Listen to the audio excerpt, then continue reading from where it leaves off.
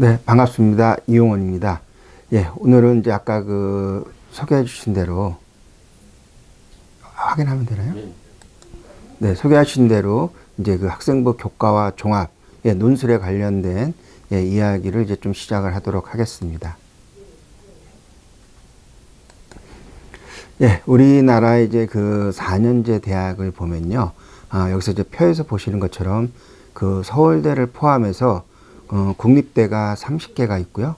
그 다음에 연세대를 포함해서 사립대가 151개가 있고, 그 다음에 청원대, 호원대, 이제 저번에도 이제 말씀드렸던 것처럼 수시 6회 이제 제한에서 이제 예외가 되는 산업대학으로 분리된 청원대, 호원대 이제 2개가 있죠. 예전에 비해서 좀 산업대학이 많이 좀 줄어들었습니다. 그리고 이제 서울교대를 포함해서 10개 대학이 있고, 그 다음에 카이스트, 아니면 해사, 육사, 공사, 이렇게 해가지고, 특별법에 이제 설치된 대학, 11개가 있습니다. 그래서, 대략 우리나라 이제 4년제 대학이 한 204개가 되고요. 그 다음에 전문대학은 한 150여 개 정도 좀 대학이 된다라고 이제 보시면 될 것 같습니다. 예, 요거는 이제 뭘 이제 얘기하는 거냐면요. 이제 이공계 특성화 대학에 대해서 이제 간단하게 좀 보고 갈 건데요. 이공계 특성화 대학은 한국과학기술원이 이제 카이스트, 지스트, 디지스트, 유니스트, 그 다음에 올해 이제 처음 이제 신설된 켄텍, 한전에서 이제 만든 이제 대학입니다. 그래서 이제 요 경쟁률을 보게 되면 카이스트 같은 경우가 일반이 한 4.35대 1, 그 다음에 학교장 추천이 9.19대 1, 그리고 이제 지스트는 11.83대 1이고 학교장 추천이 11.25대 1, 그 다음에 디지스트도 일반이 10.63대 1, 그 다음에 학교장 추천이 14대 1, 유니스트 같은 경우도 일반이 이제 13.85대 1, 학교장 추천이 6대 1. 근데 이제 켄텍 같은 경우가 이제 올해 좀 처음 생기다 보니까, 그리고 또 인원도 작고, 그 다음에 좀 한전에서 이제 좀 세워졌다라는 이름값들 때문에서 그런지 몰라도 켄텍 같은 경우가 일반이 한 24대 1, 그 다음에 고른교회 10명 뽑는 24대 1 정도. 그러니까 상당히 좀 경쟁률이 좀 많이 높아졌습니다. 그래서 이제 지역마다 아니면 이제 학교마다 일반이라든지 학교장 추천, 고른기의 특기자, 이렇게 경쟁률을 한번 좀 눈여겨보시고요. 그 다음에 또 내년도에 어떻게 또 지원을 할 건지 지원 전략을 한번 좀 세워보시는 것도 괜찮을 것 같습니다. 그래서 이제 한국에너지공과대학이라고 하는 건 뭐냐면요. 에너지공학부 단일학부를 모집단으로 해서 수시에서 90%, 정시에서 이제 10%를 이제 모집을 하고요. 그 다음에 한전에서 이제 정부와 같이 이제 설립을 해서 한전 본사가 있는 나주 빛가람 혁신 신도시에서 이제 개교를 하게 됩니다. 그리고 이제 켄텍은 포항공대, 카이스트와 견질 대학으로 미국의 칼텍이라든지 올린공대 모델을 이제 해서 벤치마킹을 했다라고 이제 얘기를 하고 있습니다. 그리고 이제 수시는 1단계에서 서류로 이제 4배수를 뽑고 2단계에서 면접을 해서 각각 이제 50%를 반영을 해서 이제 선발을 하고 있습니다. 그리고 이제 수시는 최저 학력 기준은 없고요. 그 다음에 인재성은 인류 공용을 위한 미래 에너지 개발 도전하는 탁월한 연구 역량과 기업가 정신, 글로벌 시민 의식을 강조한다라고 좀 되어 있죠. 그래서 이제 아마 올해도 이제 경쟁률이 상당히 좀 높았기 때문에 아마 1년이 지나게 되면 내년에도 아마 좀 경쟁률은 좀 꽤 높게 올라갈 걸로 좀 예상이 됩니다. 그럼 이제 본격적으로 이제 학생부 교과에 대해서 좀 시작을 하도록 하겠습니다. 학생부 교과의 핵심 요소는 당연히 이제 학생부 교과죠. 근데 이제 지원 가능 교과 성적을 보면은, 근데 여기서 나와 있는 것처럼 석차 등급이 1, 2등급은 서울 상위권대학, 2, 3등급은 서울 중위권대학, 지방 거점 국립대, 3, 4등급은 수도권대학, 지방 중위권대학, 이렇게 나와 있지만, 실질적으로는 약간의 좀 차이는 있을 수가 있다는 얘기고요. 이렇게 이제 석차 1, 2등급이다, 2, 3등급이다라고 하는 거는 어느 정도 그냥 가이드라인 정도만. 근데 주의하셔야 될 거는 이따가도 말씀을 드리겠지만 이 교과는 무조건 뭐 내가 1등급이다, 2등급이다 뭐 이런 등급으로 이제 그 교과의 성적을 확인할 수는 없습니다. 왜냐하면 대학마다 이제 그 교과를 반영하는 그 기준들이라든지 이제 그런 것들이 상당히 조금 다르고요. 그 다음에 또 그 최저학력 기준을 적용하느냐 또 적용하지 않느냐 그랬을 때 이제 또 그 석차 등급의 그 등급이 약간 조금 변화가 될 수도 있다라는 것을 먼저 좀 그 기억을 하시고 다음을 넘어가도록 하겠습니다. 그래서 이제 학생부 교과 전형 같은 경우는 그 학생부 종합과 이제 그 하나만을 준비한 학생들이 아니라, 그러니까 학생부 교과 전형은 교과뿐만 아니라 뭐 교과와 비교과를 갖고 있는 학생부 종합 전형도 같이 이제 그 병행을 해서 지원하는 경향들이 상당히 많습니다. 그러다 보니까는 그 학생부 교과 전형의 그 다른 전형보다는 추가 합격이 상당히 조금 많은 편이죠. 그리고 이제 또 학생부 교과 전형으로 선발하는 인원 자체가 적다 보니까 여전히 이제 높은 등급에서 이제 그 합격자 성적이 결정이 되는데, 근데 또 이 학생부 교과의 이제 또 기준을 보면 뭐 인서울 대학이라든지 수도권 대학들은 아무래도 이제 좀 교과보다는 종합 전형에서 조금 많은 인원을 뽑지만 그 지방으로 내려갈수록 지방 같은 경우는 주로 이제 그 학종보다도 뭐 논술보다도 학생부 교과 전형이 상당히 많은 인원을 이제 그 선발을 한다라고 이제 보시면 될 것 같습니다. 그래서 이제 그 지역 간에도 그 교과를 뽑는 전형과 종합을 뽑는 전형 인원의 차이가 있으니까 그런 점들도 쭉 알아두시면 좋을 것 같습니다. 그래서 그 아까도 말씀드렸던 것처럼 그 대학마다 학생부를 이제 그 반영하는 교과라든지 그다음에 학년의 반영 비율, 그다음에 또 이수 단위의 반영 뭐 이런 여부들이 상당히 좀 제각각 조금씩 좀 차이가 있기 때문에 우리가 항상 그거를 이제 그 대학에서 맞는 그 점수 산출 방식을 가지고 우리 학생에게 유리한 대학을 찾는 것이 제일 이제 좀 중요하다라고 볼 수가 있습니다. 그리고 이제 그 학생부 교과 같은 경우는 그 전형 방법과 그 다음에 또 수학 능력, 최저학력 기준을 적용을 하느냐 안 하느냐에 따라서 그 교과에 대한 어떤 그 합격선이 크게 달라질 수가 있고요. 그 다음에 또 그 수능 최저학력 기준을 이제 반영하는 대학이라고 하면 아무래도 이제 그 최저를 충족해 준다라고 하면 뭐 최초의 합격은 안 되더라도 추가 합격의 가능성이 매우 높죠.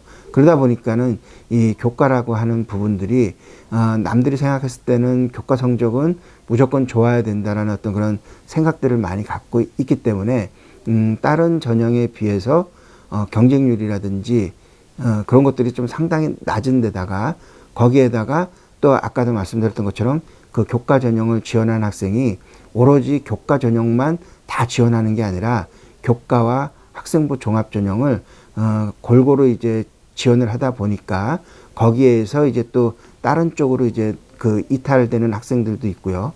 그 다음에 또 최저학력 기준을 반영하는 대학이라고 하면 아무리 내가 그 교과 성적이 좋다라고 해도 그 대학에서 요구하는 최저학력 기준을 충족하지 못한다라고 하면 당연히 이제 떨어지겠죠. 그러다 보니까는 경쟁률도 낮은 데다가 다른 쪽으로도 이탈이 되고 그 다음에 또 추합도 많이 되다 보니까 실질적으로 이제 그 교과 성적을 반영하는 대학들 같은 경우는 처음에는 교과 성적이 높지만 좀 점점 이제 추가 모집이라든지 충원이 되다 보면은 그 교과 성적이 조금 더 떨어지는 그런 상황이다 보니까 그런 것들을 좀 염두에 두고 한번 좀 지원 전략을 세우시는 게 좋고요.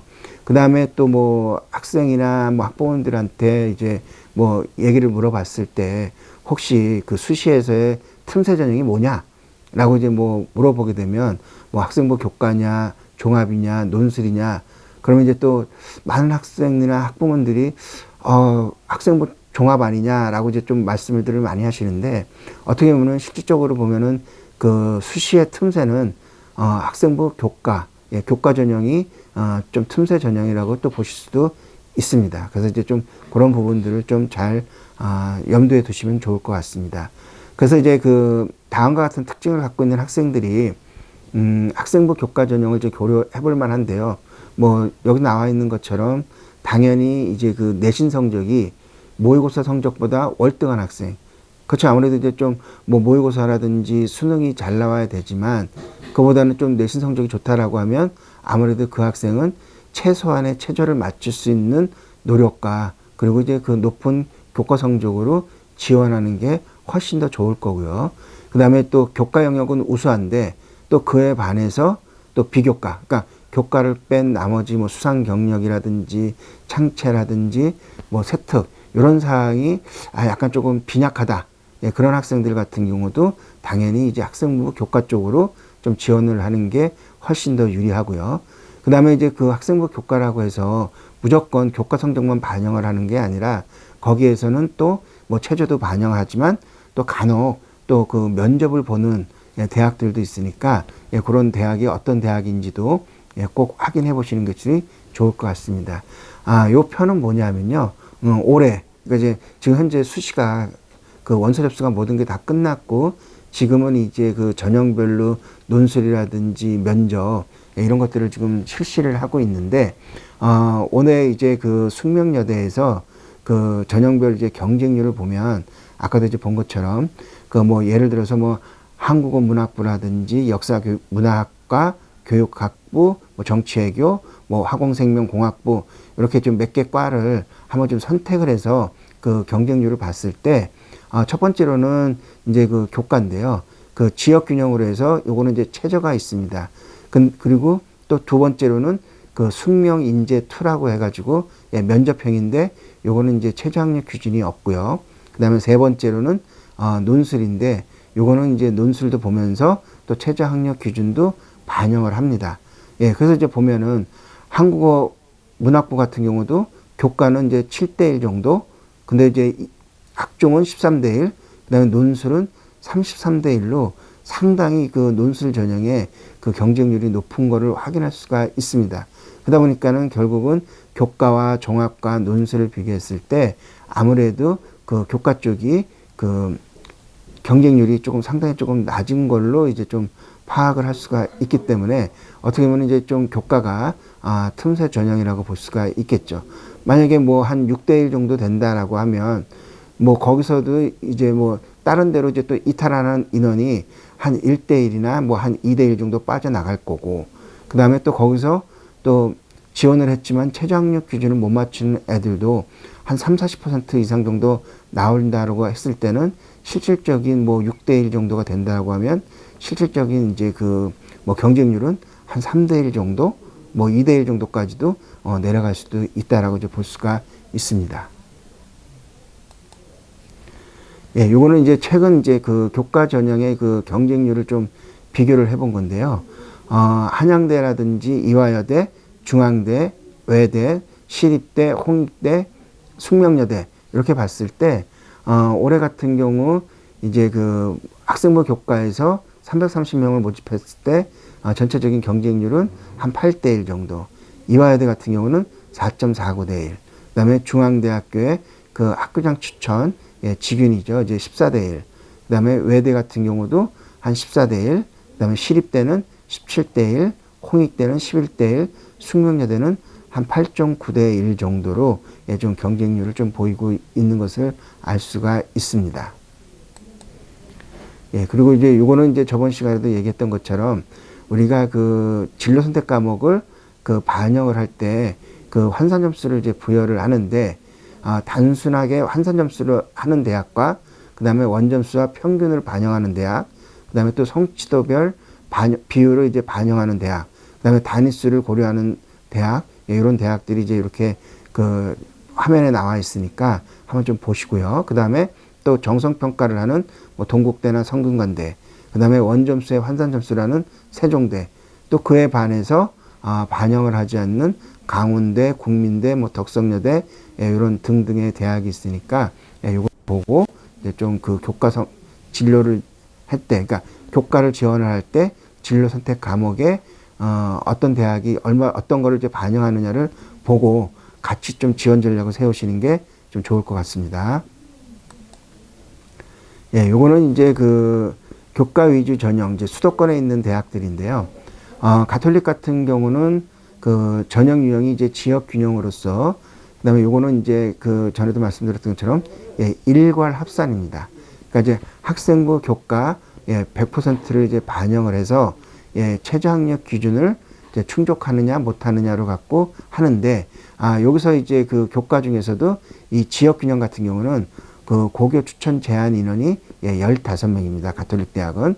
그런데 그에 반해서 그 가톨릭 대학의 그 건국대학의 KU 지역균형 같은 경우는 작년 같은 경우는 이제 종합전형이었다가 요게 이제 좀 교과로 넘어오면서 요것도 똑같이 학생부 교과 100인데 여기 같은 경우는 다른 대학들 같은 경우는 뭐 인원이 제한돼 있다든지 아니면 이제 뭐 재적수의 뭐 4%냐 5%냐 예, 그렇게 이제 그 학생들을 이제 그 선발을 하는데 건대 같은 경우는 고교 추천 인원 제한이 예, 없습니다. 그러니까는 말 그대로 이제 본인이 넣고 싶으면 학교에서 넣고 싶은 만큼 이제 그런 그 추천 인원을 예, 그냥 추가해 가지고 명단만 이제 대학에다가 예, 보내주면 예, 그 학생들이 그냥 이렇게 그 추천을 받고 하는 겁니다. 다만 이제 수능 최저 학력 기준이 반영이 된다는 거고요.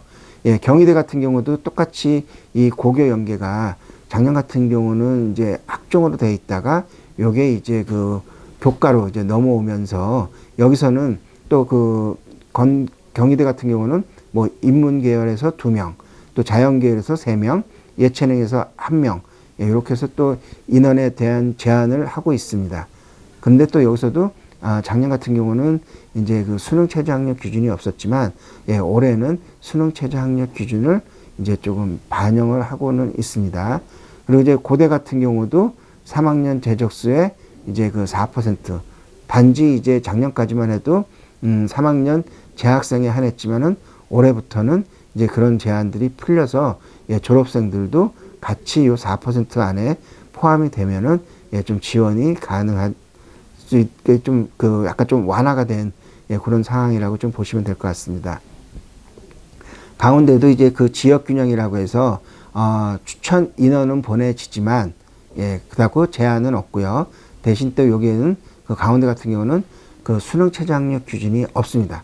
그러면 이제 결국은 수능 최저 학력 기준이 있는 대학과 없는 대학으로 비교하면 아무래도 뭐 제한도 돼 있으면서 최저가 있다라고 하면 그만큼 이제 그런 제한되는 학교에 지원하는 게 훨씬 더 유리하겠지만 그 강원대 같은 경우 이제 만약에 그 최저 학력 기준이 없다. 그러면 당연히 다른 대학에 비해서 상당히 좀 경쟁률은 좀 많이 높이 올라갈 걸로 이제 예상이 된다라고 이제 보시면 될 것 같습니다.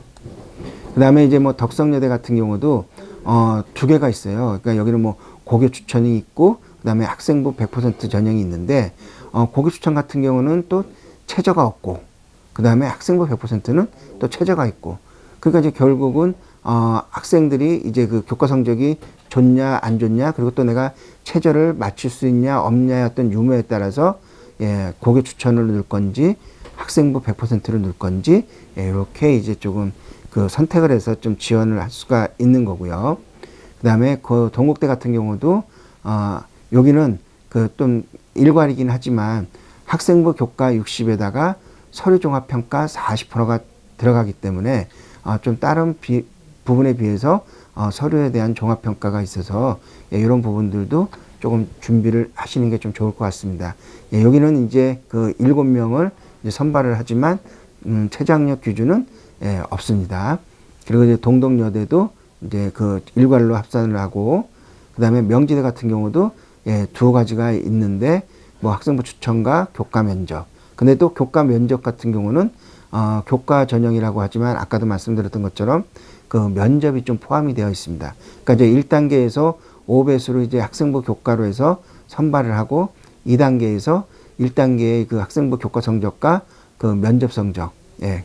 그러다 보니까는 이제 이런 같은 경우는 아무래도 이제 약간 좀 교과 같은 경우에서는 그 이쪽에 그 있는 학생들의 점수대가 촘촘할 수가 있죠. 그러니까 만약에 10명을 모집을 한다라고 했을 때 그러면 50명을 이제 선발을 해가지고 2단계로 내려오는데 그러면 이제 실질적으로 이제 10명만 이제 2단계에서 뽑아야 될 때 과연 내가 이제 20번 정도에 이제 서 있다라고 했을 때 과연 그 학생이 뭐 추합이 되거나 이제 그런 부분들이 상당히 조금 어려워질 수도 있지만 만약에 면접이 있다라고 했을 때 그 면접관이 그 약간 좀 그 교과 성적이 부족하지만 그 면접 점수를 좀 후하게 준다라고 하면 그 학생이 20번에 있어도 좀 앞번호로 올라와서 최초에 합격될 가능성도 볼 수 있는 것이 약간 좀 면접이 껴있는 이제 그런 부분들이니까 이렇게 면접이 있는 부분들에서는 면접을 좀 잘 보는 게 제일 좀 중요하다라고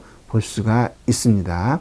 그리고 이제 서강대 같은 경우도 뭐 교과 90에다가 비교과 10 그래가지고 10명을 뽑고 최저학력 기준을 반영을 하는데 이런 데서 이제 뭐 비교과는 주로 이제 출결이나 봉사 시간 그걸 갖고 이제 산정을 하다 보니까 결국은 교과 90%가 제일 좀 중요한 그 포인트라고 보시면 될 것 같습니다. 그다음에 서울과학기술대학도 뭐 교구 인원을 이제 10명으로 이제 좀 제한을 하고 있고요.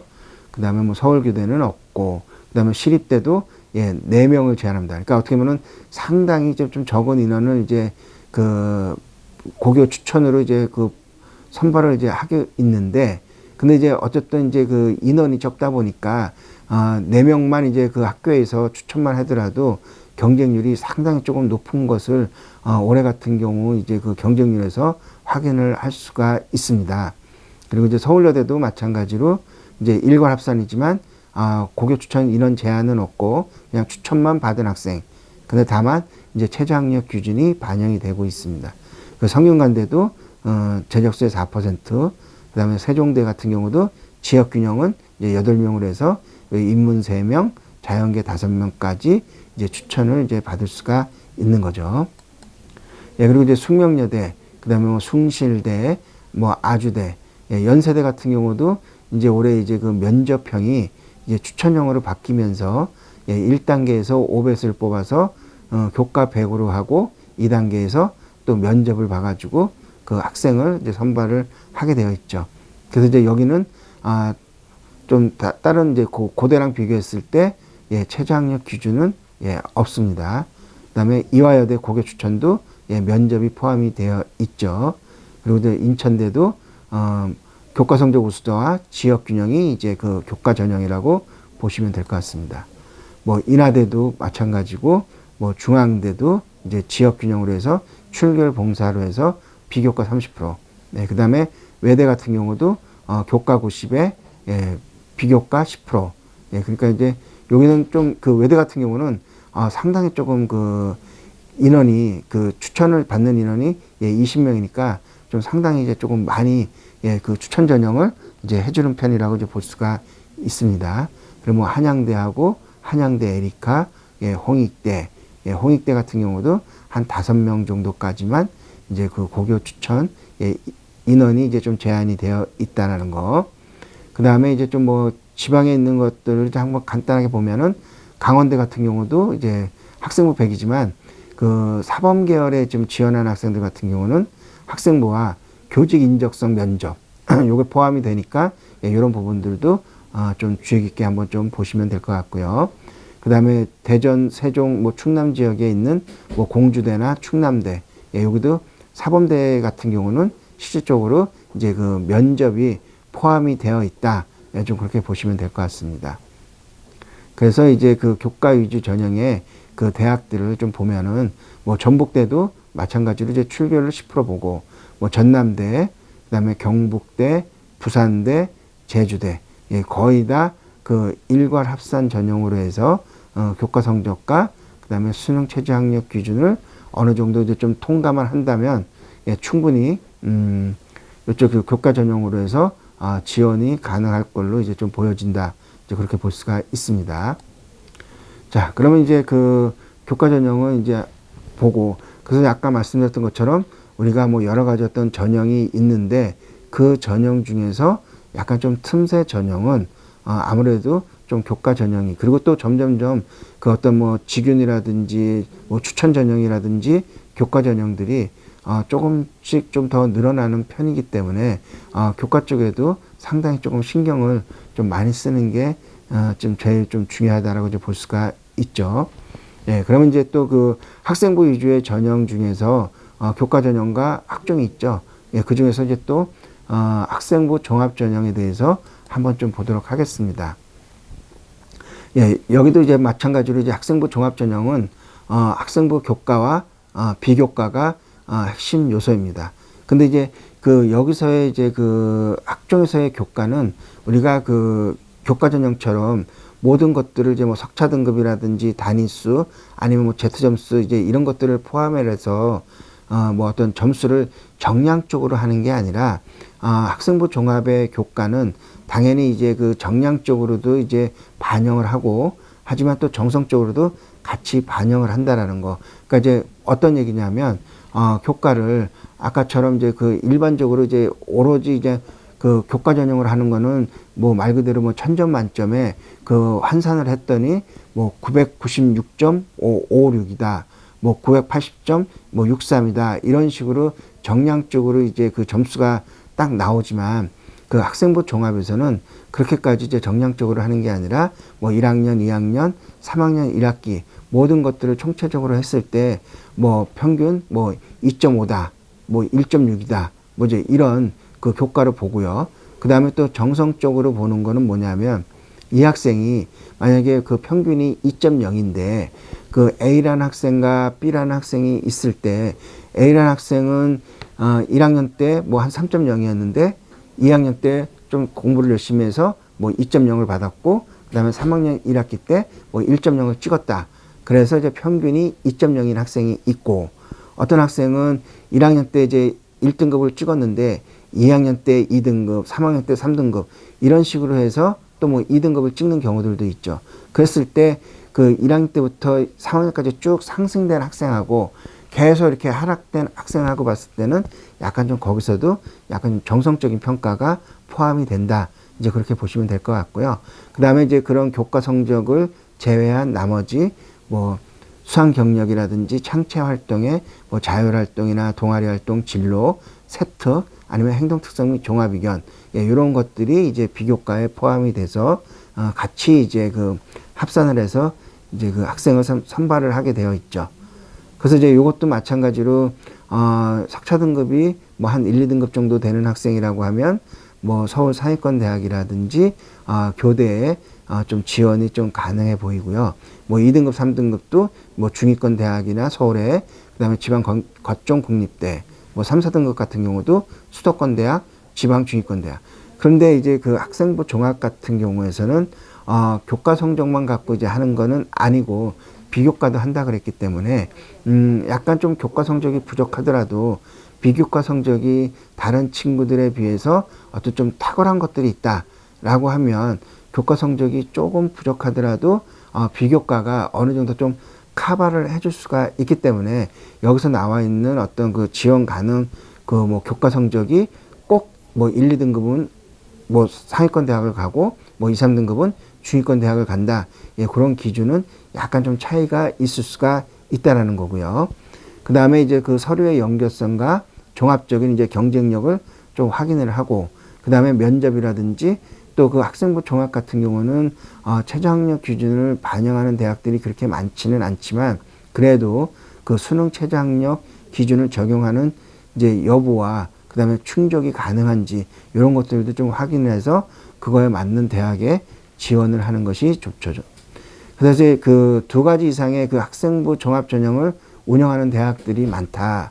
이제 그 얘기는 뭐냐 하면 우선은 뭐 간단하게 말씀드리면은 중앙대 같은 경우는 뭐 다빈치 인재 전형과 탐구형 인재 전형 이런 식으로 종합이긴 하지만 예, 그걸 두 가지로 이제 조금 그 분리를 해서 그러니까 왜냐면은 이제 그 각각의 전형에서 이제 요구하는 그 인재상이 다른 경우가 많기 때문에 그 자신에게 적합한 전형이 무엇인지를 먼저 조금 잘 살펴보는 게 좀 중요합니다.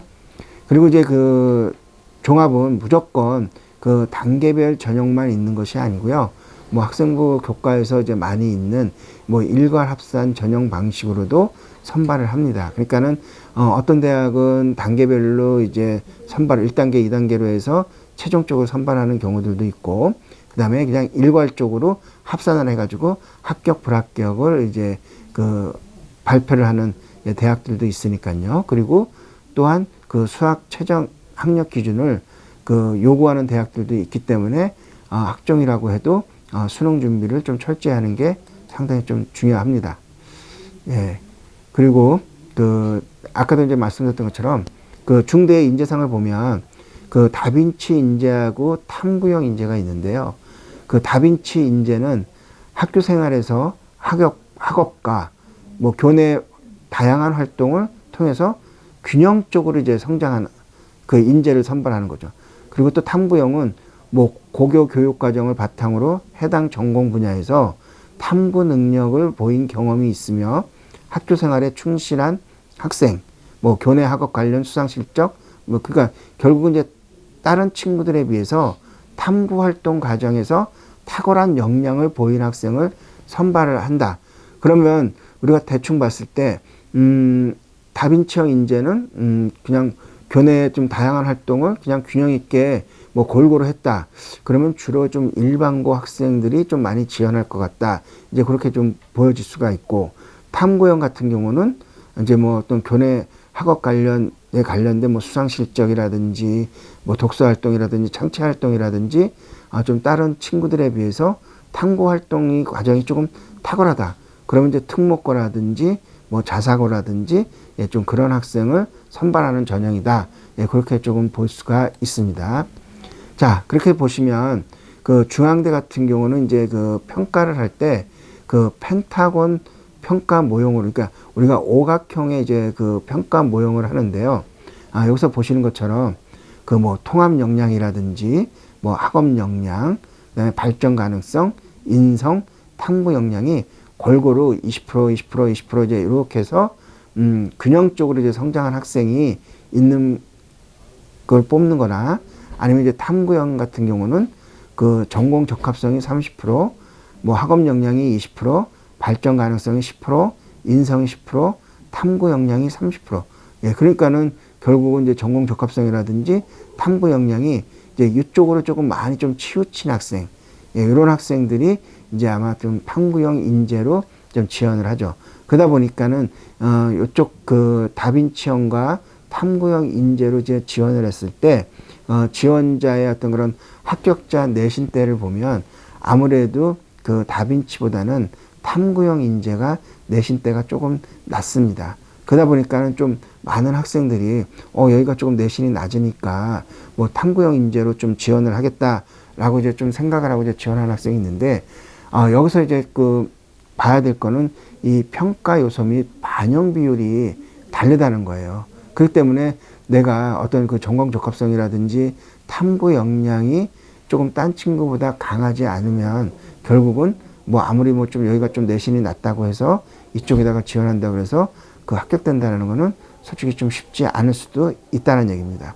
그래서 이제 요런 이제 그 대학마다 이제 반영하는 이제 그런 그 평가 요소들이 조금 차이가 있기 때문에 이런 것들을 잘 이제 본 다음에 이제 우리 아이가 맞는 쪽에다가 그 지원을 하는 것이 상당히 좀 중요한 그 요소라고 이제 보실 수가 있습니다. 자, 그리고 이제 요거는 뭐냐면요. 그 학종에서 이제 학과별 이제 인재상을 이제 얘기를 하고 있는데, 말을 들어서 이제 그 기계공학과다. 뭐 기계공학과를 지원하는 학생은 학교에서 이제 생각하는 이제 학종에서 생각하는 인재상은 당연히 이제 기계공학이다 보니까 그 수학과 기초과학에 대한 학습 능력이 우수하고, 그 다음에 도전적이고 실질적인 자세와 창의적 사고를 바탕으로 문제 해결 의지가 강한 학생. 그러다 보니까는 결국은 이제 그거에 대해서 창의성도 조금 있어야 되고, 그 다음에 좀 적극성을 띄어서 이제 모든 활동에 참여를 해야 되고, 그 다음에 이제 아무래도 이제 공대 쪽이다 보니까는 혼자 할 수 있는 것이 아니라 여러 명이 이제 같이 해야 되기 때문에 협업할 수 있는, 그러니까 결국은 그 생활기록부에 그 나타내는 어떤 이제 뭐 창체 활동이라든지 아니면 뭐 세특이라든지 이제 그런 부분에 이런 이제 뭐 어떤 창의성이라든지 적극성이라든지 협업이 관련된 거, 이런 것들이 이제 조금 잘 기술되어 있다라고 하면 그 학종에서 충분히 그 좋은 인상을 줄 수가 있습니다. 그 다음에 신소재 공학 같은 경우도 당연히 이제 요거는 그 어떻게 보면 이제 신소재 같은 경우는 예전 걸로 얘기를 하면 이제 재료공학이랑 이제 똑같다라고 보시면 되는데요. 신소재 공학 같은 경우는 기초과학을 잘하고 과학적인 지식을 실제 생활에 응용하며 그다음에 공학적인 결과를 이끌어내는 것에 흥미를 가지고 논리적인 추론으로 과학적인 문제를 해결하는 그거를 또 즐길 수 있는 인재다라고 해서 약간 좀 뭐 개방적인 사고를 갖고 있거나 아니면 좀 실험 기획력이라든지 성실성, 협업, 이런 내용들이 이제 아무래도 이제 좀 생기부에 포함이 되는 게 좀 좋을 것 같고요.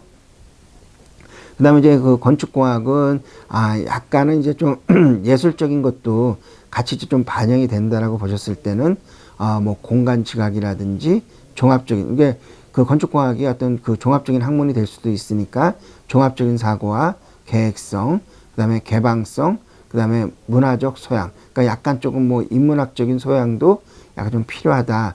이제 그렇게 볼 수가 있고요. 전자공학도 창의성이라든지 문제 해결력, 통속 능력, 창의성, 또 있네요. 유연한 사고, 이런 것들이 이제 좀 필요한 부분이라고 좀 보시면 될 것 같습니다. 그 다음에 이제 그 소프트웨어 쪽은 아무래도 이제 그 우리가 컴퓨터에 어떤 프로그램이라든지 어떤 그런 걸 짜야 되기 때문에 논리적으로 차분하게 사고할 수 있으며 한 가지 일에 끈기 있게, 아무래도 이제 그 소프트웨어 쪽은 그 프로그램을 하다 보니까 프로그램을 짜다 보면은 뭐 에러가 발생이 될 수도 있고 항상 이제 조금 그 시간이 조금 그 오래 걸리는 경우들도 있죠. 그렇기 때문에 좀 끈기 있게 집중할 수 있는 인재상을 좀 보여주는 게 좋고, 그 다음에 다른 사람과 열린 마음으로 소통하면서 협력하면서 이제 문제를 해결해 나갈 수 있으면 좋고, 그 다음에 새로운 것을 배우는데 주저하지 않고 어떤 그런 자료를 조사해서 공부할 자세를 가진 그 인재상을 보여주는 게 좋겠죠. 그 다음에 실무를 겸비한 글로벌 소프트웨어 창의형 인재. 그러다 보니까 이제 체계적인 문제 해결에 알고리즘을 이제 구성할 수 있느냐, 그 다음에 이제 적극성을 띄었느냐, 그 다음에 긍정성을 띄었느냐, 그 다음에 책임감을 갖고 했느냐, 이제 이런 이제 핵심어적인 내용들이 이제 좀 생기부에 잘 기록을 맞춰놓으면 좋을 것 같습니다. 그러니까 우리가 그 교과 같은 경우는 이제 아까도 말씀드렸던 것처럼 오로지 교과 성적만 갖고 이제 반영을 하지만 실질적으로 이제 그 종합이라고 하는 거는 교과 외에 비교과적인 것들도 상당히 많은 부분을 차지하기 때문에 아무래도 이제 우리가 이제 그쪽으로 가려면 뭐 인재상뿐만 아니라 그거에 대한 어떤 전공 적합성이라든지 탐구 능력 이런 것들도 좀 같이 겸비를 해야 된다는 얘기입니다. 그리고 이제 수학과 같은 경우도 논리적인 사고라든지 뭐 모형화 응용력, 그다음에 컴퓨터 능력, 열정, 협업, 자기관리. 그다음에 의학과를 이제 지원한 학생들 같은 경우는 당연히 이제 학습 역량이 많이 중요하겠죠. 아무래도 좀 거의 이제 상위권으로 이제 1등급 이상을 좀 찍어야 되니까. 그러면서 또 창의성이 있어야 되고, 그 다음에 자기 개발. 근데 이제 그 생기부에 대한 내용들은, 이런 소명감과 책임감을 고민하면서 자기 개발을 게을리하지 않는 그런 이제 그 학습 역량과 창의성을 갖추고 희생과 협력과 겸손의 품성과 인문학적인 사회적 요소를 가져야 된다. 그러니까 이런 내용들로 이제 어느 정도 좀 생기부를 좀 꾸며진다라고 하면 아무래도 이제 그 학종에서 서류 평가를 하는 데 있어서 상당히 좀 좋은 결과를 얻을 수가 있다는 얘기입니다. 그 다음에 문과 쪽으로 봤을 때는 경영학과는 아무래도 이제 뭐 국내에서만 이제 하는 것들이 아니기 때문에 뭐 외국어 회화라든지 그 다음에 ICT, 그 다음에 뭐 스토리텔링, 기획력, 도전정신, 그러니까 이제 이런 것도 이제 컴퓨터 활용 능력 같은 경우도 상당히 좀 중요하다라고 좀 볼 수가 있고요. 그 다음에 영어 영문 같은 경우는 비판적 사고랑 뭐 스토리텔링, 문학적 감수성, 그 다음에 적극성, 소통 지향, 이런 것들이 좀 필요하다라고 이제 볼 수가 있습니다. 뭐 사학과 같은 경우는 아무래도 이제 그 호기심, 이런 공감, 이런 것들이 좀 많이 좀 필요하겠죠. 그 다음에 행정학과라든지 심리학과, 뭐 정치외교학과, 이런 내용들. 그러니까 결국은 이제 내가 어디를 갈 거냐는 어떻게 보면은 가급적이면 제일 좋은 거는 1학년 때부터 이제 좀 선택을 해서 2학년, 3학년 이제 단계를 거쳐서 그 학종을 이제 지원하는 게 좋기는 한데 그렇지 못하고 이제 약간 좀 흔들린다라고 하면 막상 이제 어느 정도 내가 뭐 2학년, 3학년 때 가서 뭐 행정학과를 간다, 심리학과를 간다라고 그 생각을 했을 때 행정학과에서는 어떤 뭐 모든 모두 함께 행복하게 사는 그 세상을 위해서 정부의 역할과 기능에 대한 관심을 갖고 공공의 문제를 해결하는 뭐 적극적인 인재면서 기획력이라든지 문제 해결력이라든지 뭐 공공봉사 동기라든지 이런 것들이 만약에 지금 제대로 꾸며지지 않았다라고 했을 때는 아무래도 좀 행정학과를 넣었을 때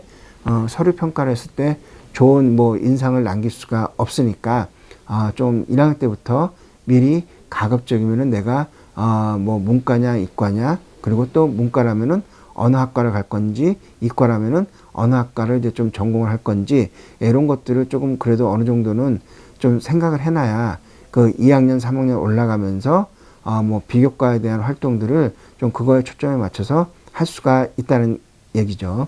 그래서 이제 그런 부분들이 중요하기 때문에 좀 미리미리 이제 그런 학과라든지 전공을 좀 미리 좀 선택하는 게 좀 제일 중요할 거로 보여집니다.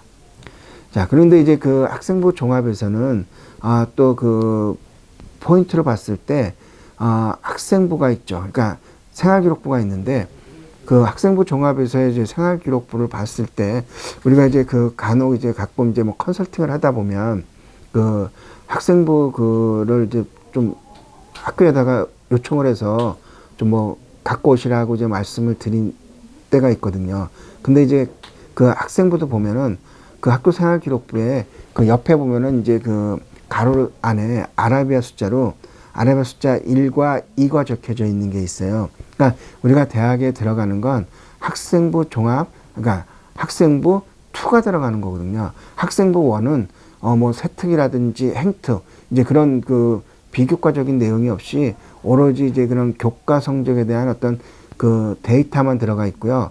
2 같은 경우는 뭐 교과 성적뿐만 아니라 비교과에 대한 어떤 그런 내용들까지 다 있기 때문에 막상 이제 우리가 컨설팅을 한다라고 했을 때는 학생부 2를 뽑아야지만이 컨설팅이 이제 가능하다.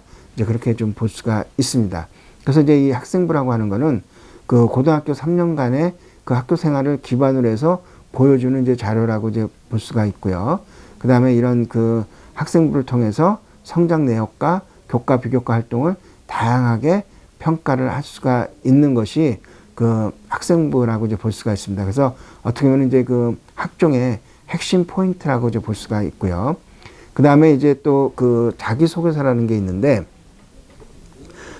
지금 현재 그 고3, 고2까지는 그 자기소개서가 이제 존재를 하고, 올해 같은 경우도 많은 학생들이 이제 학생부 종합 전형을 지원했을 때 자기소개서를 이제 같이 제출을 했는데요.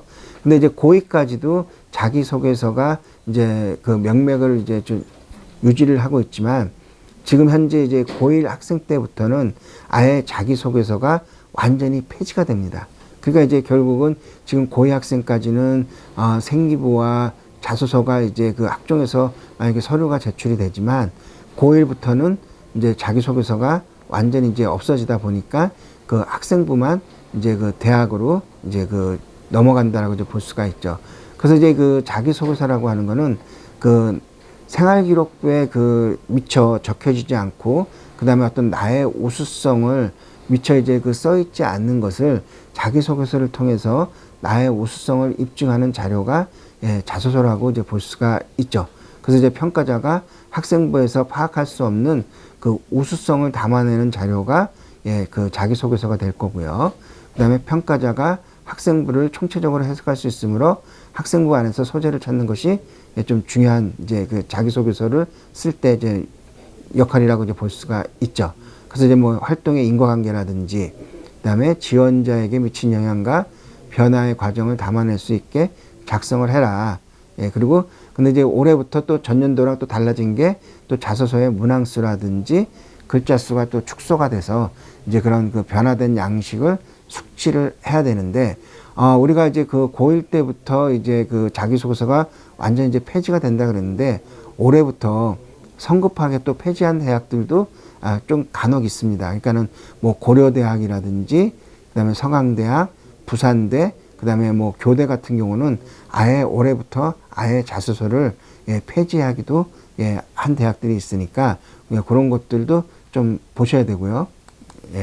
그래서 이제 그 자기소개서가 이제 그 변경이 됐는데 작년 같은 경우는 그 1번하고 2번하고 요 3번 요게 이제 그 대교육 공통 양식이라고 해서 그 지원하는 학생들이 무조건 1번, 2번, 3번은 어느 대학을 지원하든 간에 공통으로 이제 쓰게 되어 있고, 그 다음에 이제 그 4번 항목, 그 자율문항이라고 하는 거는, 뭐 대학에서 자기네들이 이제 필요하면 그거에 대한 어떤 뭐 지원 동기라든지 학생들의 어떤 그런 종합적인 판단을 하기 위해서, 항목을 하나 추가해서 만든 거거든요. 그러니까 어떤 학교들은 작년 같은 경우만 해도 1, 2, 3번만 제출한 학교가 있었고, 그 다음에 1, 2, 3, 4를 다 제출하는 학교들도 있었죠.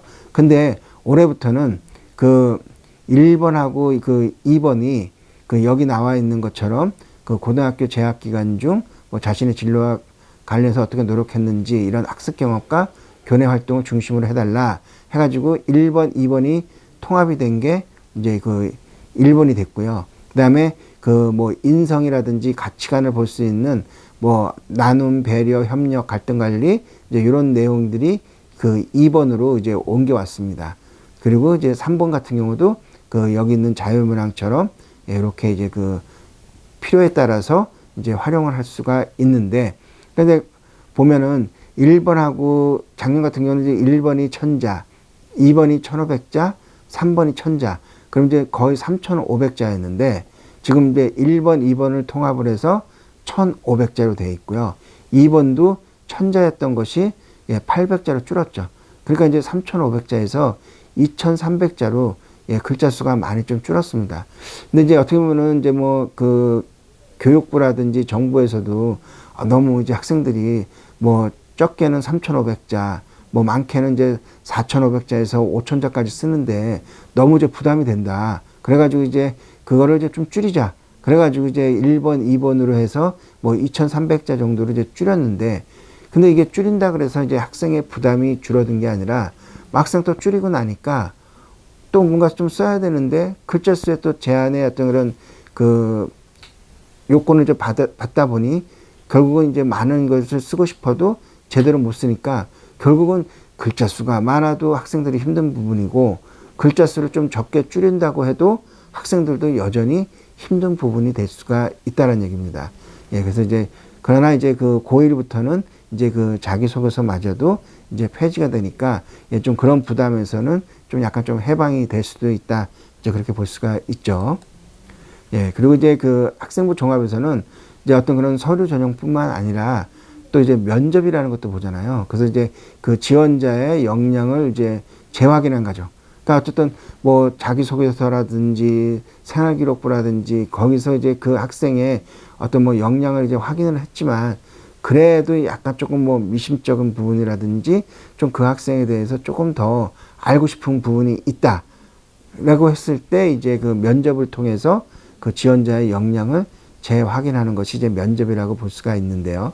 근데 이제 면접은 뭐 크게 그 서류 면접하고 재시문 면접으로 이제 나눠지는데 그 서류 면접은 그 제출한 서류에 대해서 사실 확인이라든지 그 다음에 조금 미처 이제 좀 그 이상에 대한 것들, 그 심화된 부분을 묻는 것으로 이제 지원자의 역량을 다시 이제 확인하는 면접이 이제 서류 면접이라고 보시면 됩니다. 그래서 이제 그 서류 면접은 내가 이제 그 전에 제출했던 그 학생부라든지 자기소개서의 내용을 꼼꼼하게 이제 확인하고 이제 면접에 이제 대비하는 게 중요하고요. 그 다음에 그 답변 시간이 짧기 때문에 조리 있게 이제 이야기하는 것이 포인트라고 볼 수가 있습니다. 그래서 이제 사전에 미리 모의 면접을 이제 해본다면은 좋은 결과를 얻을 수가 있겠죠.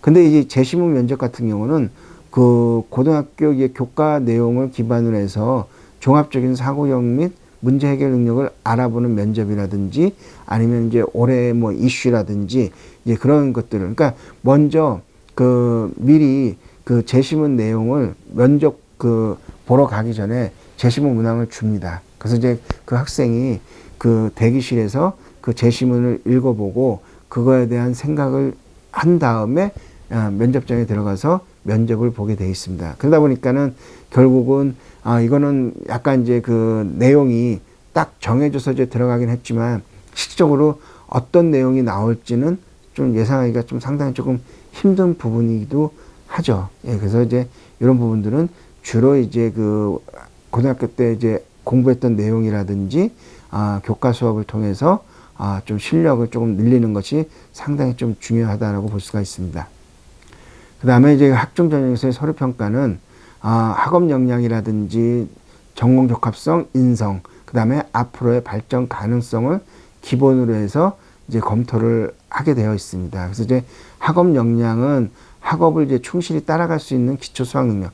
그러니까 아무리 이제 그 학생이 뭐 그렇다고 해도 그렇다고 또 너무 이제 또 뭐 그 교과 성적이 조금 안 좋으면 아무래도 뭐 본인이 뭐 공부도 안 한 것들도 있지만 과연 이제 이 학생이 우리 대학에 들어와서 우리 수업을 이제 잘 따라갈 수 있느냐 이제 그런 부분들을 이제 좀 확인을 하기 위해서 이제 보는 거고요. 그다음에 전공 적합성은 지원 전공에 대한 지원 분야에 대해서 관심과 이해, 노력의 준비.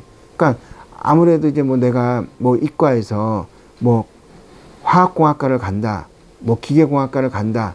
그러면 어느 정도 이제 기본적으로 이제 이 대학에서 그 기계공학이라든지 화학공학이라든지 건축공학에서는 뭘 배우고 어떤 쪽에 대한 것들을 이제 좀 자세히 배우면서 어떤 쪽으로 뭐 또 취업이 되면서 이제 어떤 자격증이 있는지 이런 것들을 좀 봐야 되는데 전혀 뭐 그런 거에 대한 내용 없이 그냥 뭐 점수에 맞춰서 가면 되지. 예, 그건 아니란 얘기입니다. 그리고 그 인성은 공동체의 일원으로 바람직한 사고와 이제 행동을 말하는 거죠. 그러니까 이제 주로 이제 인성 같은 부분이 뭐 어떤 뭐 자율 활동이라든지 아니면 행동 특성 및 종합 의견 이런 부분에 이제 좀 상당히 좀 많이 나타날 수가 있습니다. 그리고 이제 발전 가능성은 오늘보다 내일이 더 기대가 되는 학생. 그러니까 이제 이런 부분들은 주로 이제 뭐 동아리 활동이라든지 아니면 이제 우리가 그 세부 능력 및 특기 사항에서 그 교과 과목에 대한 이제 내용을 적을 때가 있잖아요. 그러면 이제 뭐 예를 들어서 이제 뭐 국어다. 그러면 이제 국어 같은 경우는 뭐 수업에 뭐 열심히 참여하며 그 뭐 선생님의 말에 뭐 호응을 잘하는 학생이다.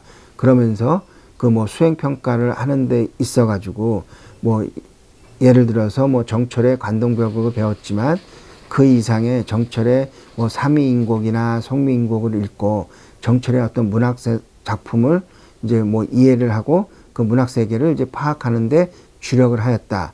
그렇기 때문에 이 학생이 그 본인이 이제 지원하려고 하는 뭐 국어국문학과에 간다 그러면 오늘보다 내일이 더 기대가 되는 학생이라고 생각한다. 이제 이런 식으로 이제 그 어떤 세특의 그런 그 오늘보다는 내일이 더 기대가 되는 학생이라는 그다음에 또 그 성장 가능성이 있다. 이제 이런 내용들이 써져 있으면 상당히 좀 좋은 세특이 될 수가 있겠죠. 그래서 이제 이 네 가지는 가장 기본적이고 그다음에 그 어떤 대학별로 평가 요소는 차이가 있을 수 있기 때문에 꼭 그 학종 가이드북을 참고를 하기 바랍니다. 라고 이제 얘기를 했죠. 그러니까 결국은 이제 그 대학마다 그 본인들이 이제 그 수시 모집을 할 때 그 학생부 전형 가이드북이라는 이제 그런 또 안내 책자 같은 경우도 이제 홈페이지에다가 올려놓는 경우들이 있거든요. 예, 그래서 이제 그런 걸 좀 참고를 한다라고 하면 그 학교는 어떤 것들을 이제 좀 그 바탕으로 해서 학생을 이제 평가를 하겠다. 이제 그런 것들을 이제 볼 수가 있습니다. 그래서 이제 뭐 학업 역량, 그 다음에 전공 적합성, 그 다음에 인성, 그 다음에 발전 가능성, 이런 것들을 이제 볼 수가 있으니까 이걸 좀 참고를 하시면 될 것 같고요. 그 다음에 이제 서울대 같은 경우는 이제 그 학종의 예시는 뭐 학업 능력과 지적 성취라든지 학업 태도, 직업 지적 호기심, 그 다음에 학업의 소양, 그 다음에 개인적인 특성은 학생부에서 이제 그 세부적으로 평가하는 항목, 그 다음에 자기소개서를 통해서 보는 거, 그 다음에 이런 것들이 이제 있으니까 이렇게 해서 그 학업 능력이라든지 뭐 학업 태도, 뭐 학업의 소양 이런 것들을 좀 보시면 될 것 같습니다. 그러니까 아무래도 이제 지금 대학에서 또 제일 좋아하는 것이 이제 지적 호기심이기 때문에 이런 부분들이 좀 많이 이제 조금 있어주는 게 좋겠죠. 그러니까 이제 지적 호기심이라고 하는 거는 결국은 내가 배운 것에서 그치지 않고 그 이상에 대한 것들을 좀 배워 나가는 것이 지적 호기심이라고 할 수가 있고 대학에서도 이런 좀 지적 호기심에 대한 그 내용들이 많으면 상당히 좀 좋은 평가를 받을 수가 있습니다.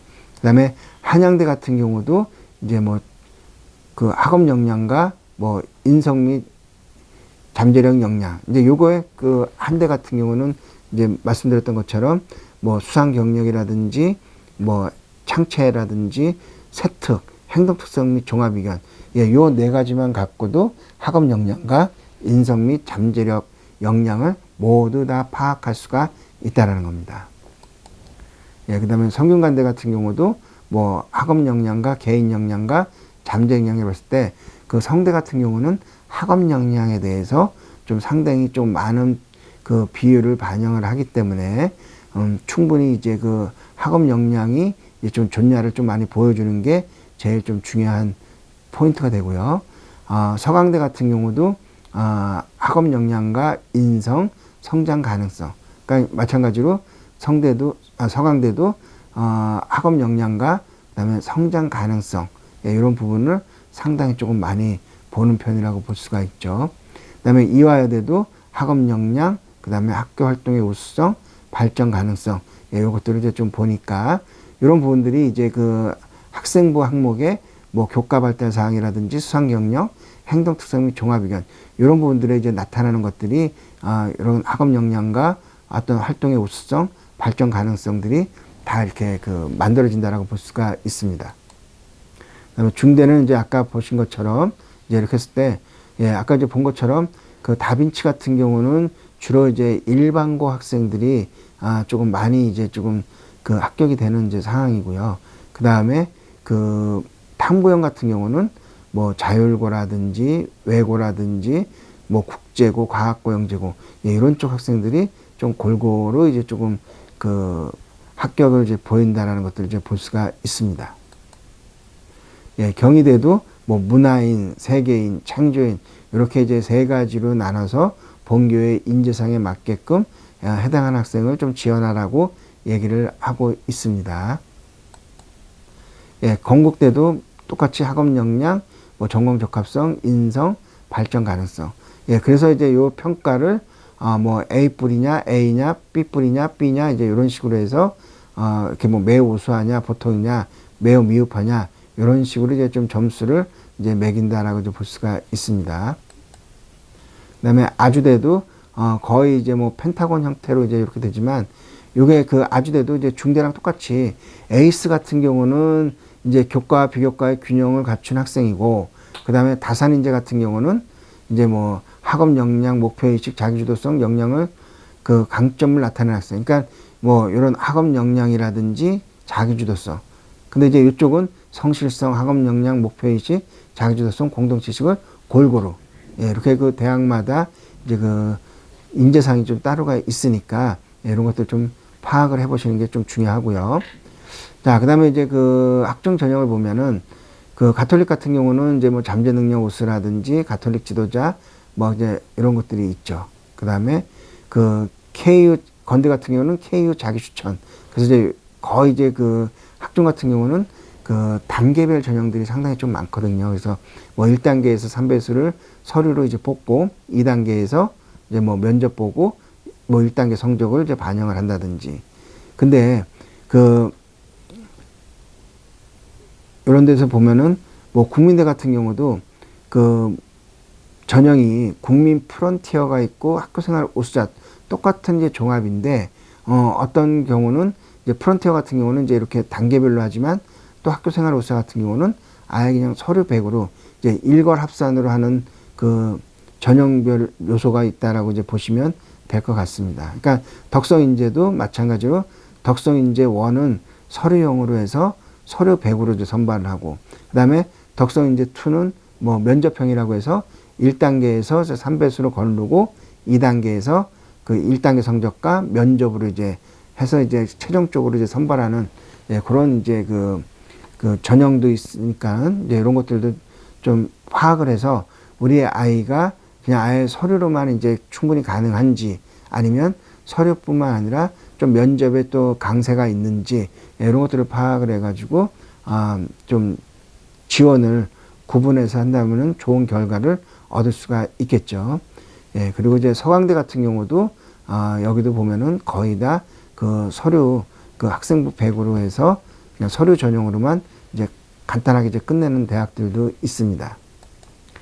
그 다음에 이제 서울대도 보면은 이제 뭐 일반 전형과 지역 균형이 있는데 일반 전형 같은 경우는 뭐 1단계, 2단계를 뽑지만 직윤 같은 경우는 서류와 면접 그리고 최저 학력 기준을 통해서 일괄로 뽑죠. 그런데 저번 시간에 좀 말씀드렸던 것처럼 그 23학년도 그러니까 내년도 이제 그 고2 학생들 같은 경우는 서울대 직윤도 이제 이렇게 일괄이 아니라 단계별로 뽑는다라는 거 그걸 좀 확인을 하시면 될 것 같고요. 그다음에 그 성균관대도 이제 그 학종의 유형이 그 계열로 모집하느냐 아니면 이제 학과로 모집하느냐. 그러니까 계열로 모집하는 거는 뭐 문과 같은 경우는 뭐 사회과학 계열이냐, 인문과학 계열이냐, 아니면 이제 뭐 문과는 뭐 이과는 자연과학 계열이냐, 뭐 공학 계열이냐 이런 식으로 이제 계열로 뽑는 전형이 있고, 그러니까 이제 결국은 이제 통 뽑아가지고 2학년 때 이제 내가 원하는 과로 이제 다시 이제 분리가 되는 거고요. 그 다음에 또 이렇게 학과로 모집하는 거, 무슨 뭐 학과로 모집을 해서 하는 전형들도 있죠. 그러니까 과별로 이제 좀 지원하는 전형, 그렇게 해서 하는데 여기도 그 서강대와 마찬가지로 서류 100으로 일괄 합산으로 이제 선발을 합니다. 근데 이제 의예라든지 사범 쪽은 약간 좀 이제 배수로 해서 면접을 보는, 그래서 그 의예랑 사범은 약간 좀 차이가 있다는 것만 좀 확인을 하시면 될 것 같고요.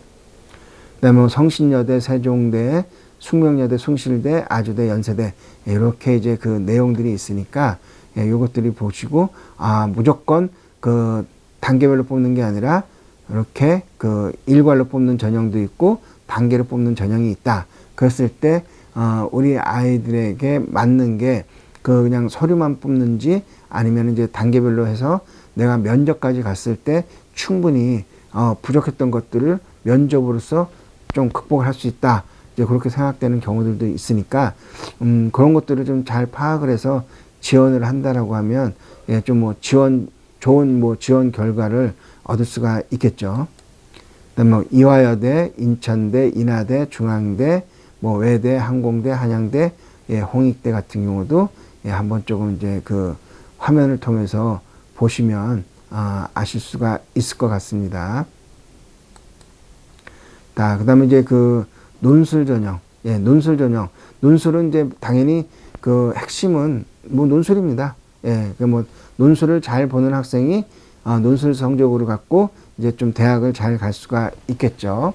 그래서 이제 그 또 논술에서는 또 최저학력 기준을 반영하느냐 또 반영하지 않느냐 이렇게 좀 두 가지가 나눌 수가 있으니까 논술도 잘하면서 최저를 맞출 수 있는지 아니면 맞추기 힘든지 그런 것 좀 선택을 하는 게 좋을 것 같고요. 그 다음에 이제 그 수능 논술 전형의 경우 실질 경쟁률이 이제 하락 가능성이 크다. 이제 이 얘기는 뭐냐면 아무래도 이제 그 논술 같은 거 좀 상위권 학생들이라든지 이제 그런 학생들이 논술을 이제 좀 지원하는데 이 논술을 뭐 공부를 해서 이제 논술을 보겠다는 게 아니라 혹시나 내가 이제 어떤 그런 수능에서 실수를 하거나 그랬을 때 뭐 보험료로 또 들어두는 경우들이 상당히 많거든요.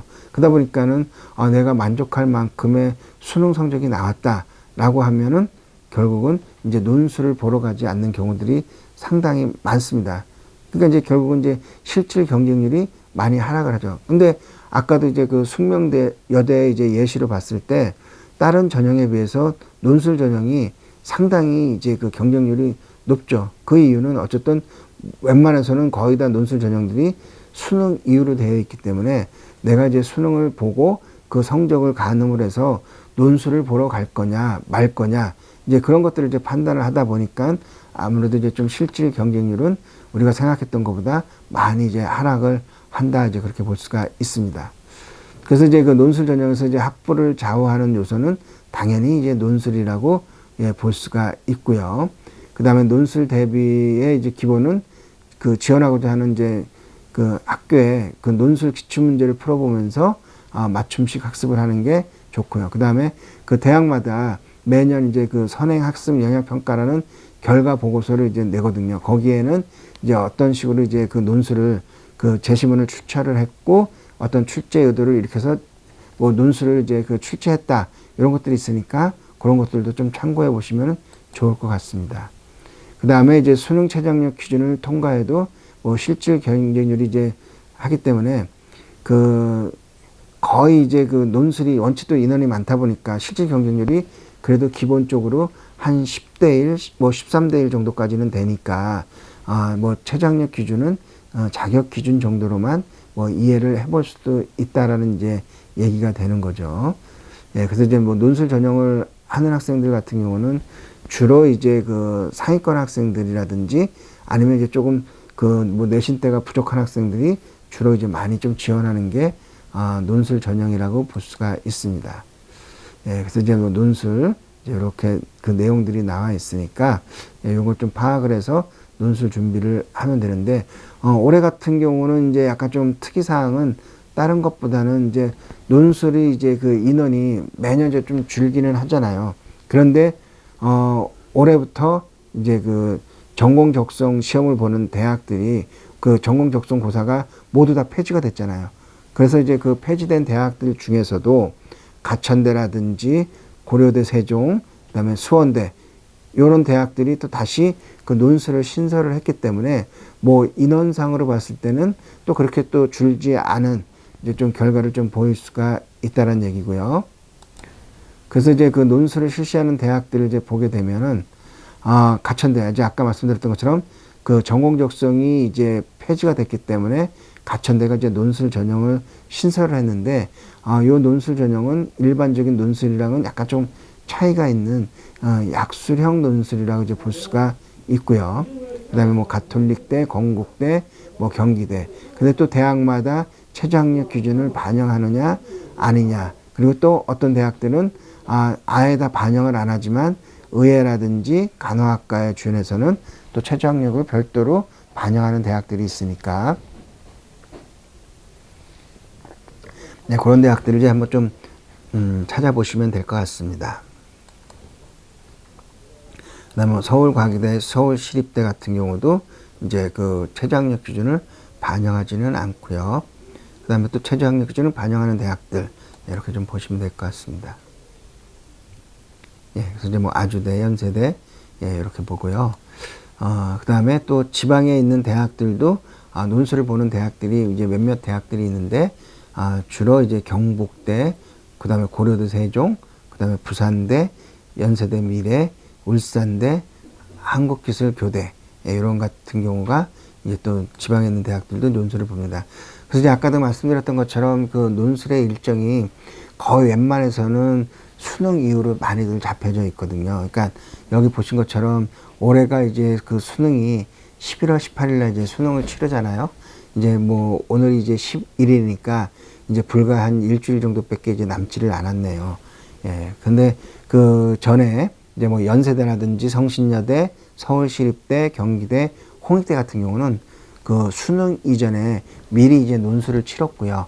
그 다음에 나머지 이제 숭실대, 뭐 수원대, 성균관대부터 시작해가지고 뭐 인하대까지 해서 이런 대학들은 논술이 그 수능 이후에 치러지는 거죠. 그러니까 실적으로 이제 경쟁률은 높을 줄은 몰라도 막상 이제 수능을 끝나고 나서 뭐 최저학력 기준을 뭐 충족했다든지 충족 못했다든지 아니면 내가 생각했던 것보다 수능 성적이 훨씬 더 좋다든지 이제 뭐 이런 것들 때문에 그 논술에서의 그 미응시하는 인원이 상당히 좀 많이 속출이 될 수가 있으니까 예, 그런 점들도 좀 파악을 해보시면 될 것 같습니다.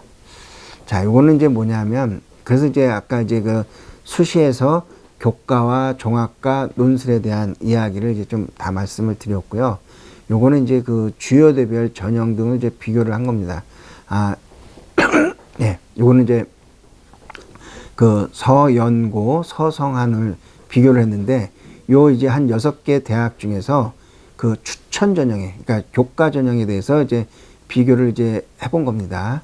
이제 요거는 보면 그 서울대, 고려대만 있었던 추천 전형이 이제 2021년도에 이제 뭐 그 연세대 면접형이라든지 이런 것들이 다 이제 그 교과 추천으로 바뀌어서 6개 대학이 모두 추천 전형으로 이제 선발을 합니다. 그러니까 서울대 같은 경우도 교과는 아니지만 종합으로 이제 지역 균형을 해서 추천을 하고 연세대도 교과의 추천형, 고려대 학교 추천, 성균관대의 학교장 추천, 서강대의 고교장 추천, 한양대의 지역 균형 발전 해가지고 이제 그 고교 추천들, 이제 그 추천 전형들이 6개가 다 이제 생겼다라고 이제 볼 수가 있죠. 근데 이제 이것도 보면은 그 추천 전형이 인원이라든지 아니면 이제 제적수의 퍼센트라든지 이런 식으로 추천을 받고 있고요. 그 다음에 또 이것도 좀 중요시하게 보셔야 돼요. 그러니까 이제 자격이 지금 현재 그 고3에 이제 재학 중이냐 아니면 졸업한 학생들도 가능하느냐, 이런 것들도 좀 보셔야 됩니다. 근데 서울대라든지 연세대, 성균관대, 서강대 같은 경우는 그 재학생만 이제 그 추천이 가능한 거고요. 그러면 고려대라든지 한양대 같은 경우는 졸업자나 재수생까지도 추천이 이제 가능해질 수 있다. 이제 그렇게 보시면 될 것 같고, 그 다음에 유일하게 이제 그 연세대하고 그 한양대만 최저가 없고, 나머지 서울대라든지 고려대, 성대, 성균관대 같은 경우는, 서강대 같은 경우는 최저 학력 규진이 이제 있다. 이제 그렇게 보시면 될 것 같습니다. 그 다음에 또 이렇게 또 6개 대학의 학종을 비교를 하면, 그 서강대가 작년까지 이제 그 학종을 이제 2개로 운영을 했는데, 올해는 이제 그 아예 학종을 그 거기서 이제 그 자소서를 완전 다 폐지를 해버립니다. 그래서 그리고 또 그 2차까지도 이제 그 단계별로 받지만 그 2차 전형도 폐지가 됐고요. 그래서 이제 서성한 라인에서 수능 시험 후 그 다음에 선택권이 사라짐. 그래서 이제 지원 시에 이제 신중하라는 얘기는 뭐냐면, 뭐 서울대 일반 같은 경우도 이제 뭐 학종이고, 그 다음에 뭐 연세대 그렇지만, 그 성균관대하고 서강대 같은 경우는 이제 그 서류를 내고만 끝나고 최저 학력 기준도 없고 면접도 없어요. 그러니까 이제 그 얘기는 뭐냐면, 결국은 이제 내가 어떻게 보면 이제 그냥 납치를 당할 수가 있다라는 얘기죠. 그렇기 때문에 결국은 좀 상위권 학생들 같은 경우 이제 성균관대라든지 서강대에 학종을 지원할 때는 조금 신중하게 좀 지원을 하는 게 좋다. 이제 그 얘기입니다. 만약에 진짜 이제 이것도 안 되고 근데 좀 수시에 좀 지원을 해야 되겠다라고 하는 학생들이 어쩔 수 없이 그 논술에 지원하는 상황도 올 수가 있다는 얘기입니다. 그래서 이제 성균관대와 성균관대 좀 잘 확인을 해 보시면 될 것 같고요.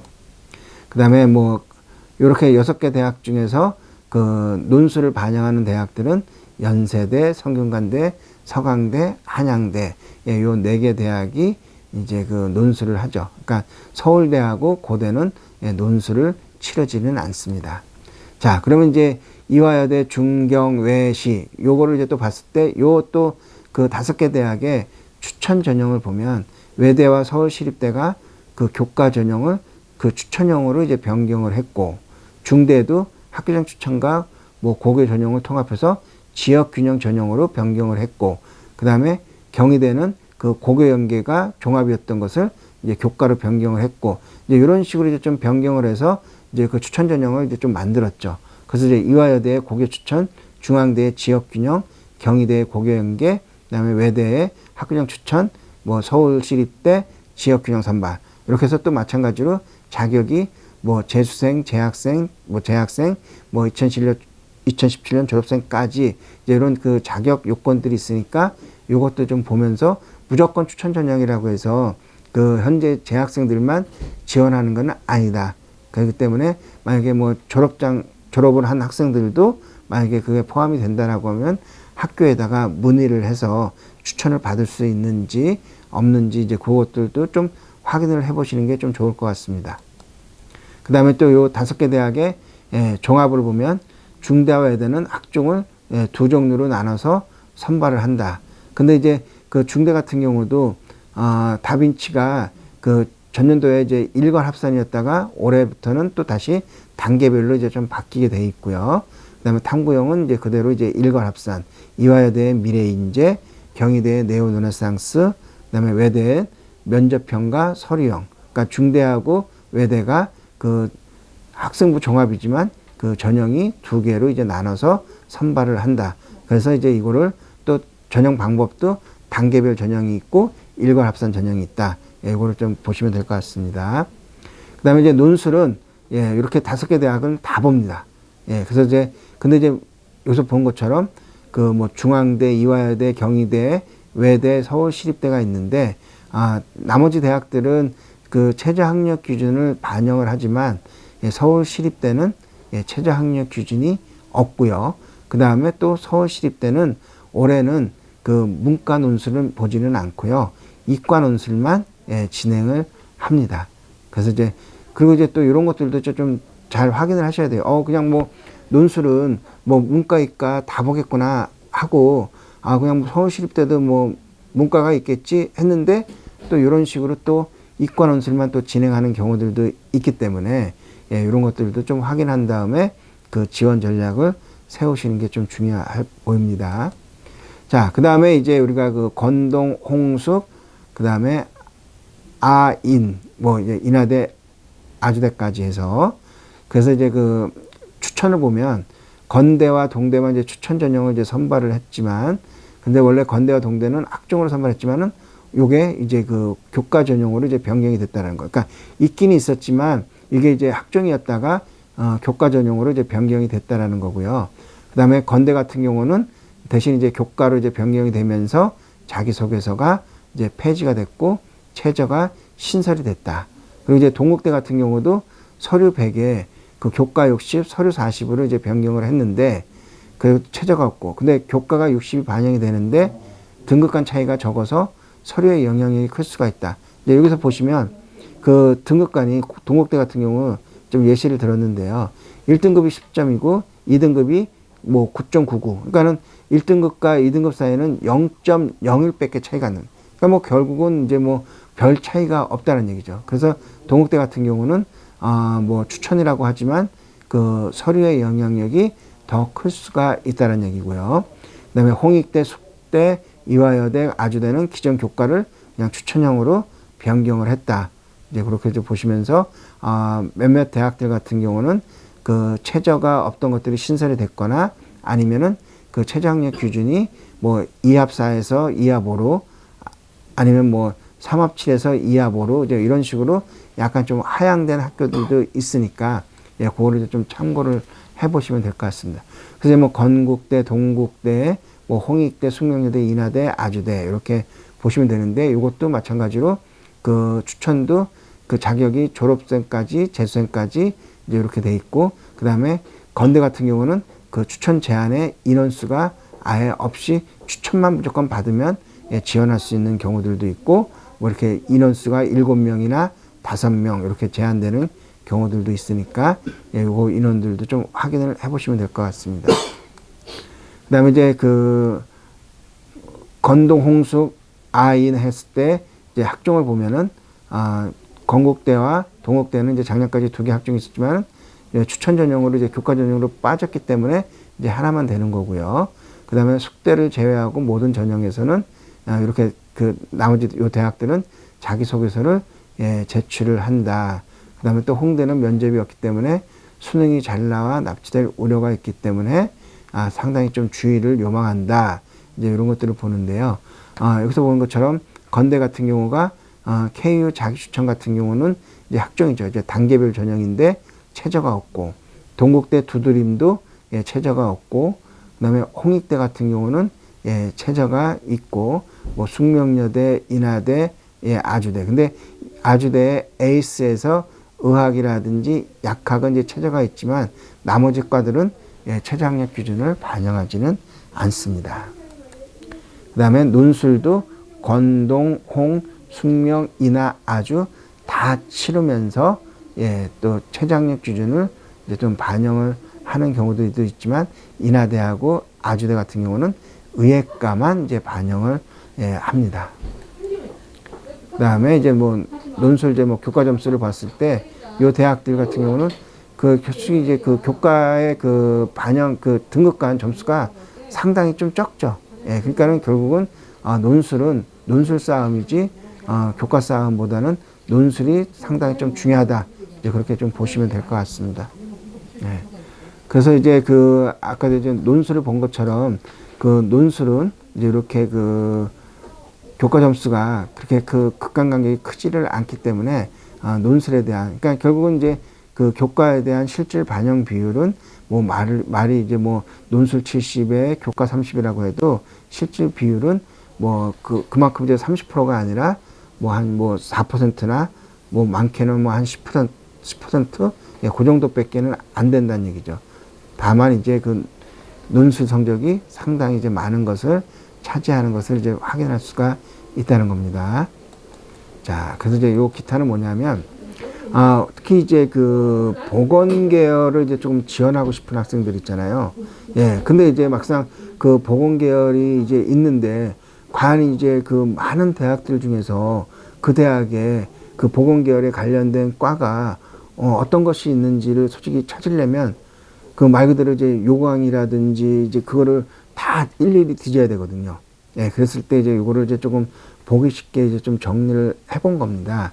그래서 이제 뭐냐면은, 뭐 가톨릭 대학 같은 경우는 보건 계열 중에서도 약학이나 간호가 있고, 나머지 뭐 치의생이라든지 의공학, 뭐 물리치료제 이런 거는 없다라고 이제 있는 거고요. 그래서 때 뭐 경희대 같은 경우는 약학이랑 간호와 의공학, 고대 같은 경우도 간호와 의공학, 덕성여대는 약학만 있고, 그래서 이제 이렇게 그 서울 지역에 있는 그 보건 계열이 있는 대학들, 그 다음에 또 뭐 특이하게 서울과학의대 같은 경우는 안경광학과가 있다라는 거. 그 다음에 뭐 성신여대, 뭐 숙명여대, 연세대. 그러니까 서울에 있는 많은 대학들도 뭐 보건 계열이 있지만 뭐 이런 뭐 물리치료라든지 작업치료라든지 이런 방사선 이런 것들은 좀 상당히 조금 많이 좀 드물다라고 볼 수가 있습니다. 이런 그 과들은 주로 이제 그 수도권이나 아니면 좀 지방으로 내려가면 갈수록 이제 이런 것들이 좀 많이 이제 좀 생기게 되죠. 예, 우선은 이제 그래서 가천대 같은 경우는 뭐 약학도 있고 간호, 치위생, 뭐 물리치료, 방사선, 뭐 음극구조학과까지, 그러니까 상당히 이제 좀 많은 이제 보건 계열을 갖고 있는 이제 좀 대학이라고 예, 볼 수가 있습니다. 그다음에 이제 요 부분 같은 경우 이제 강원대죠. 이제 약간 좀 이렇게 회색거로 이제 칠칠한 것이, 그래서 이제 뭐 강원대 같은 경우도 그 캠퍼스가 이제 그 춘천에 있는 거하고 삼척에 있는 걸로 나눴을 때 그 강원대 삼척 같은 경우는 간호, 치위생, 물리치료, 작업치료, 방사선, 응급구조, 안경광학. 예, 그러니까 상당히 조금 이제 그 보건 계열은 이제 그 강원대학 같은 경우는 그 삼척에 있는 그 도계 캠퍼스 그쪽에 많다, 이제 그렇게 보시면 될 것 같고요. 경동대 같은 경우도 상당히 이제 조금 많은 이제 그 보건 계열의 그 학과를 이제 좀 지원을 받고 있고, 상지대학도, 그 다음에 연세대 미래, 그러니까 이것도 이제 서울에 있는 게 아니라 그 연세대 미래라고 해서 원주에 있는 이제 그거죠. 여기도 거의 다 이제 보건 계열이 상당히 좀 많은 거를 확인할 수가 있습니다.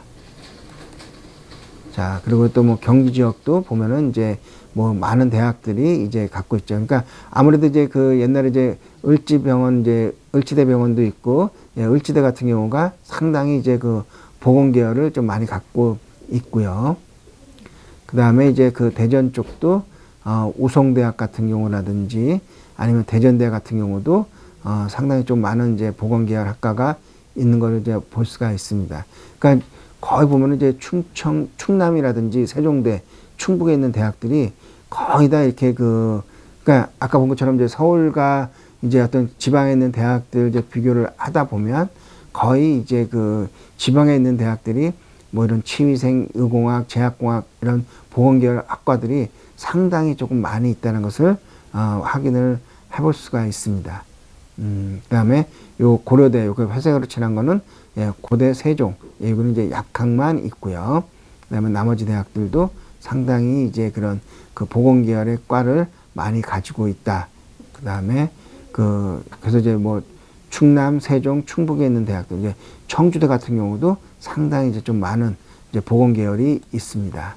그다음에 부산 지역도 이제 이렇게 보시면 보건 계열이 좀 상당히 많이 있는 걸 좀 파악할 수가 있습니다. 그다음에 대구와 울산, 예, 그다음에 광주에 있는 거, 그다음에 이제 그러니까 그 대구 쪽에 경북대라든지 계명대, 그다음에 울산대 같은 경우는 의공학만, 그다음에 이제 광주 지역에 있는 뭐 광주대라든지 광주여대, 그다음에 뭐 호남대 같은 경우도 상당히 이제 좀 많은 그 보건 계열을 갖고 있는 이제 대학들이죠.